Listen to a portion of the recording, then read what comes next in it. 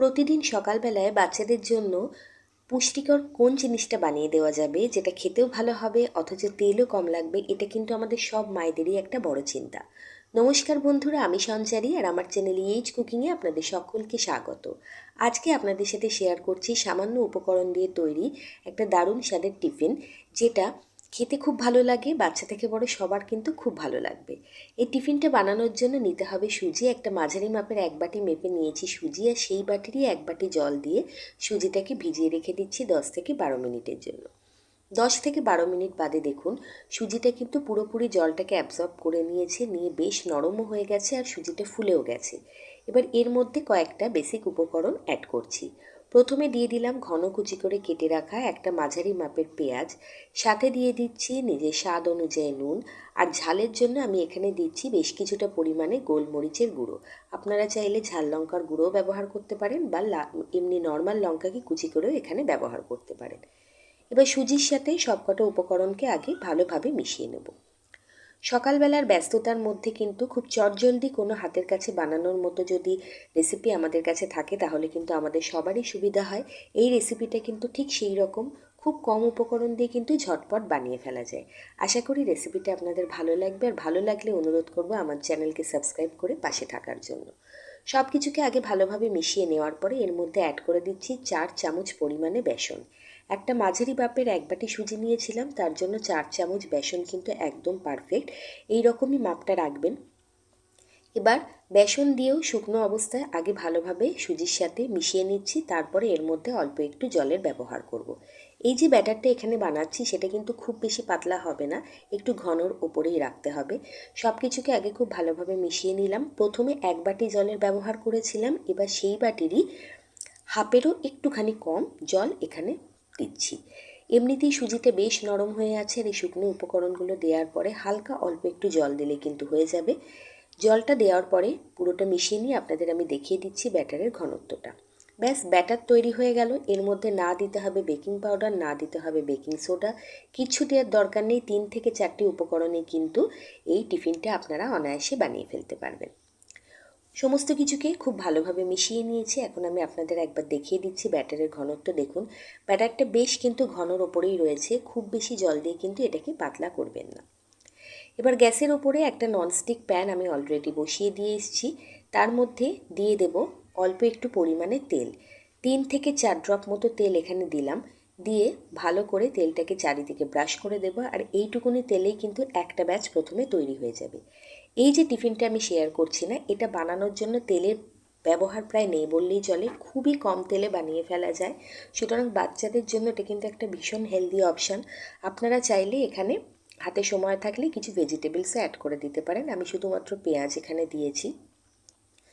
এবার ব্যাটার অল্প অল্প করে হাতায় নিয়ে আমি এরকম ছোটো ছোটো প্যানকেকের মতো তৈরি করে নিচ্ছি। এটা চাইলে আপনারা অনেকটা বড় করেও করতে পারেন, কিন্তু বাচ্চাদের সবসময় বড় জিনিসের থেকে একটু ছোট বা একটু অন্যরকম শেপ করে বানিয়ে দিলে তাদের কিন্তু খেতে বেশি ভালো লাগে। ওই জন্য আমি একটু ছোট করে বানাচ্ছি। ওপর থেকে একটু কুচনো ধনেপাতা অ্যাড করে দিচ্ছি, এতে ফ্লেভারটাও ভালো আসবে আর লুকটাও খুব ভালো আসবে। ধনেপাতা পছন্দ করলে অবশ্যই দেবেন, না হলে চাইলে কিন্তু এখানে কারি পাতাও একটু দিতে পারেন, খুব ফ্লেভারফুল হবে তাহলে। এবার উপর থেকে ধনেপাতাটা দিয়ে জাস্ট 1 মিনিটের জন্য এটাকে মিডিয়াম ফ্লেমে রেখে দিয়েছিলাম। 1 মিনিটের মধ্যে ওপর দিকটা সেঁকে গেছে, নিচের দিক থেকে এটা সেঁকে তৈরি হয়ে গেছে। এবার সামান্য একটু তেল ওপর থেকে ব্রাশে করে লাগিয়ে দিয়ে এগুলোকে ফ্লিপ করে দেবো। এক একটা ব্যাচ তৈরি হতে 2.5 থেকে 3 মিনিটের বেশি লাগবে না, তার মধ্যে এক একটা ব্যাচ কিন্তু তৈরি হয়ে যাবে। খেতে এতটা ভালো লাগবে যে বাচ্চারা কিন্তু ভীষণ ভালোবেসে খাবে, লাঞ্চ বক্স আপনার পুরো ফাঁকা হয়ে আসবে। আপনি যদি নিজে ওয়েট লস জার্নিতে থাকেন তাহলেও এটা ট্রাই করতে পারেন। বলা যেতে পারে একেবারে নো অয়েল রেসিপি, তেলের ব্যবহার কিন্তু এতে নেই বললেই চলে। আমার চ্যানেল কুকিংয়ে অলরেডি বিভিন্ন রকমের চটজলদি বানানো যায় নো অয়েল রেসিপি বা লো অয়েল রেসিপি আপলোডেড আছে। অনুরোধ করব চ্যানেল ভিজিট করার জন্য, আপনাদের আশা করি ভালো লাগবে। একটা ব্যাচ পুরো তৈরি হয়ে গেল। এই ছোট ছোট প্যানকেকগুলোকে আমি তুলে নিয়ে সেকেন্ড ব্যাচটাকেও এইভাবে করে নেব। আর আমি যে পরিমাণটা এখানে দেখিয়েছি, মানে একটা মাঝারি মাপের এক বাটি সুজি, একটা পেঁয়াজ আর 4 চামচ মতো বেসন, তা দিয়ে আপনি অনায়াসে 2জন বাচ্চাকে কিন্তু টিফিন দিতে পারবেন।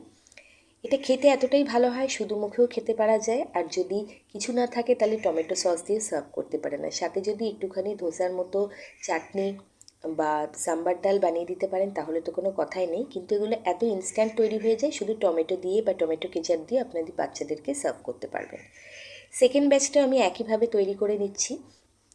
সেকেন্ড ব্যাচ তৈরি করার সময় আমি এখানে 5টা মতো ছোটো ছোটো প্যানকেক দিয়েছি। চাইলে বড়ও একটা করে দেওয়া যায়, তবে এরকম ছোটো সাইজ হলে একটু আই ক্যাচিং হয়, বাচ্চাদের কিন্তু দেখতেও ভালো লাগবে। ওপর থেকে আবারও একটু ধনেপাতা দিয়ে দিলাম। ধনেপাতা দেওয়ার কারণে লুকটা খুব ভালো আসবে। এবং গ্যাসের ফ্লেমটাকে এরকম লো টু মিডিয়ামে রেখে নিচের দিকটা পুরোপুরি সেঁকে যাওয়া পর্যন্ত ওয়েট করতে হবে। আর ওপরের দিকটাও আপনি বুঝতে পারবেন যে পুরোপুরি শুকনো হয়ে গেছে চেহারাটা দেখেই। তখন সামান্য তেল দিয়ে বা তেল না লাগিয়ে এটাকে ফ্লিপ করে নিচের দিক থেকেও সেঁকে নেবেন। আশা করি আজকের এই ছোট্ট টিফিন রেসিপিটা আপনাদের একটু হলেও ভালো লাগবে। ভালো লাগলে অবশ্যই এইজ কুকিং চ্যানেলটাকে সাবস্ক্রাইব করে বেল নোটিফিকেশানটা অন করে দেবেন, যাতে আমার সব রান্নার নোটিফিকেশান আপনার কাছে সবার আগে পৌঁছে যায়। ভালো লাগলে বন্ধুবান্ধব আত্মীয় পরিজনদের মধ্যে শেয়ার করার জন্য অনুরোধ করব। সেকেন্ড ব্যাচটাও তৈরি হয়ে গেল। খুব ঝটপট তৈরি হয়ে যাওয়ার মতো একটা রেসিপি। প্রত্যেকটা দেখুন কত সুন্দর হয়েছে।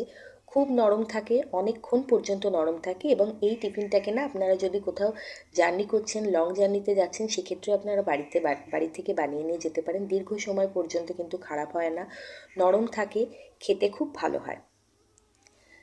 সব কিছুকে আমি সার্ভ করেছি, এখানে সবকটাকে আমি সার্ভ করেছি টমেটো সস দিয়ে। আপনিও বাড়িতে বানান, আর বাড়িতে বানানোর পরে সবার কেমন লাগলো আমাকে জানাতে কিন্তু ভুলবেন না। ভালো থাকবেন, সুস্থ থাকবেন। ভিডিওটা এতক্ষণ দেখার জন্য আপনাদেরকে অনেক অনেক ধন্যবাদ। নমস্কার।